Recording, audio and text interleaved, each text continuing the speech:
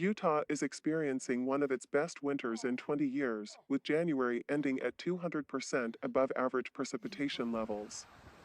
This year's snowpack has also been compared with levels not seen since 1984 and 1997. According to National Resources Conservation Service, Utah is now guaranteed to have an above normal snowpack.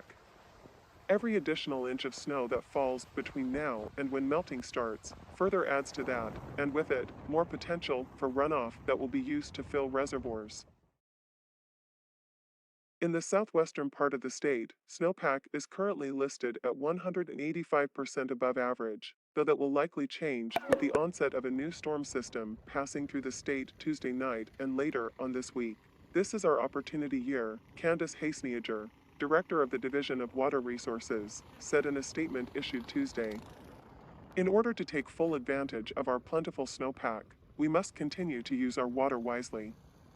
One good snow year won't pull the state out of drought. And by using less water, we will become more drought resilient.